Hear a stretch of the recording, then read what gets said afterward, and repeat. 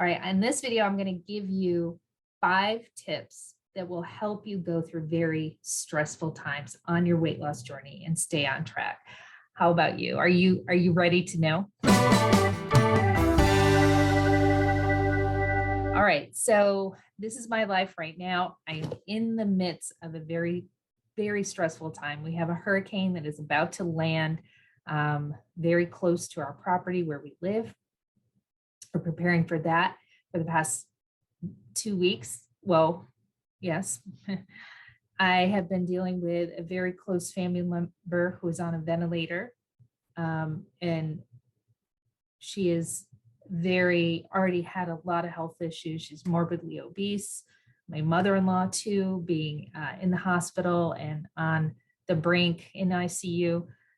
My husband not dealing with it, like just a lot of stress around that, having to cancel trips to go see my grandmother for her 96th birthday, to not be able to be at another family member's celebration of life, just like so much like chaos going on. So how many of you have had a time in your life when you're trying to lose weight and you've had a lot of chaos going on, right?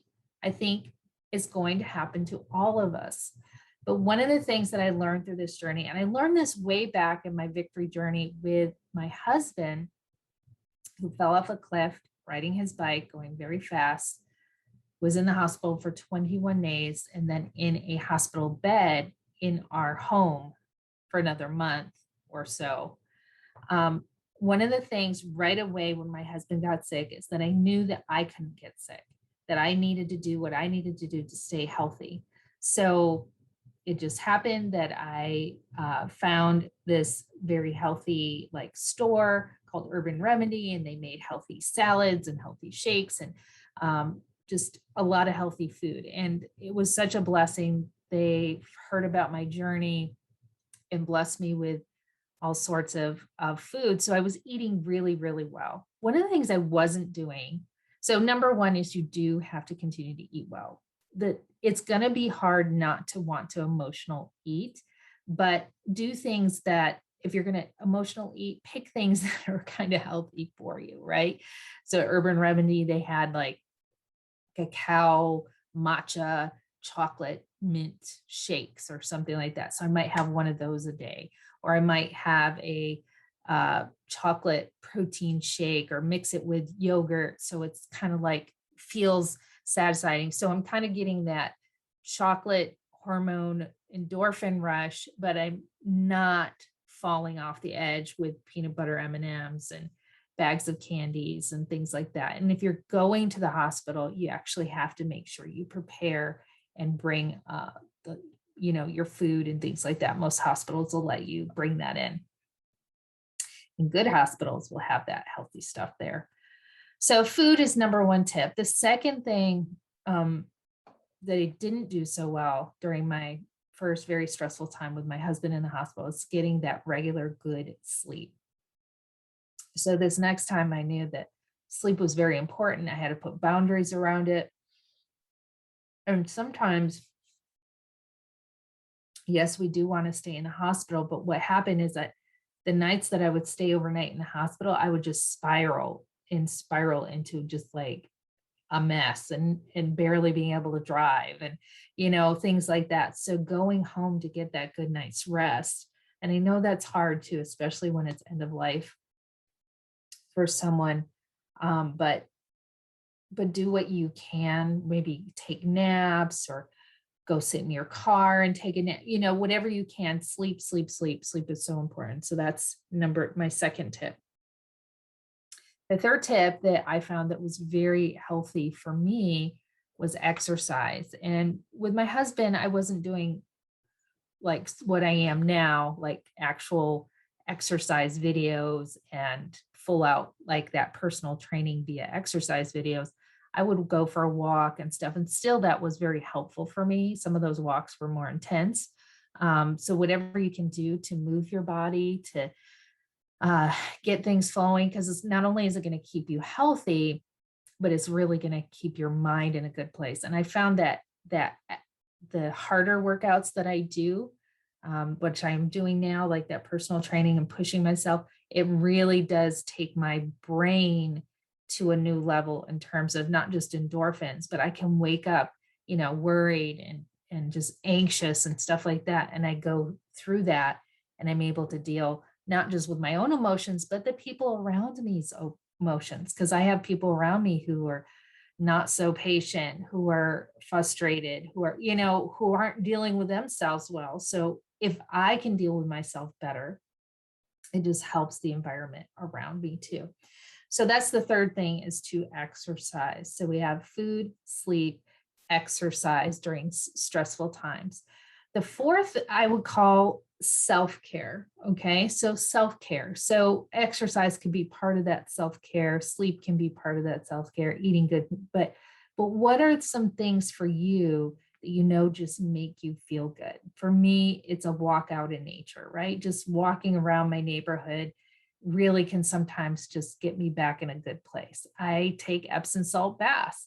One, because my muscles are sore, but I love that with some essential oils. It just puts me in a better sleep. It just refuels the magnesium, because when you're under stress, you're having a lot of magnesium, things like that. Self-care too is essential oils. And one of the things too is that essential oils like lavender or Young Living's Peace and Calming, Stress Away, like using them absolutely every day, multiple times a day. I always say 10 times a day keeps you in a happier way. Like inhaling 10 separate times a day helps keep you. So Peace and Calming, Stress Away.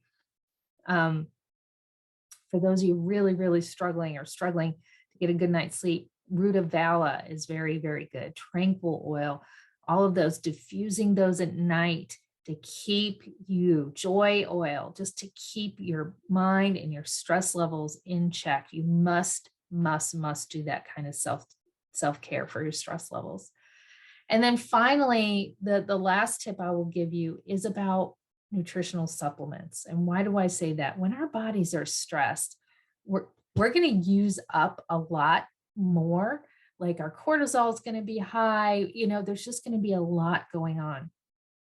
So one of the number one supplements that I like to take I would say two, but two supplements, one that I think is just such a good immune booster and one that's great for stress. One is called Ninja Red. It's a juice fortified with the goji berry and pomegranate and other things that just boost my immune system. It helps I feel it when I drink it, it keeps my blood sugars level. It's a really good thing, because when cortisol is high, you're going to do this, right? Your body's going to want to crave the chocolate, crave the sugar, crave all those things when your cortisol is high, stress hormones high. So Ninja Red kind of keeps me balanced.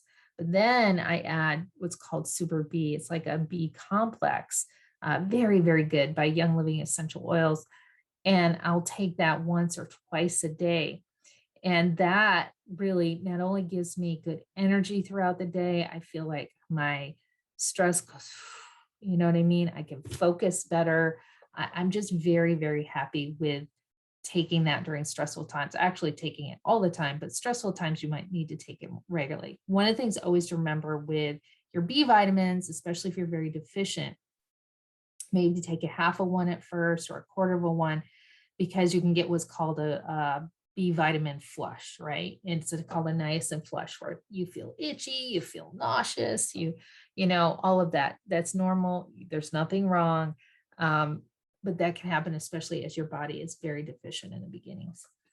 So those are my tips during stressful times. That is what I'm doing to stay strong right now, and every day is different, but I know if I keep myself to a good sleep routine, if I eat good food and stay on track with my nutrition, the best I can do, right? Because circumstances are circumstances. We may have a hurricane and I may not be able to cook or things like that, but I am prepared to know in my mind ahead what I'm going to eat that's going to make me feel good, not feel good for a moment and then feel like crap later. What we do with emotional eating and eating junk food, but doing that, right? I know my essential oils that I need to be smelling regularly throughout the day, using topically, what I need to be diffusing in my home to help everyone else. You know, I know the self-care, I know all that I need to do, and I hope you do too.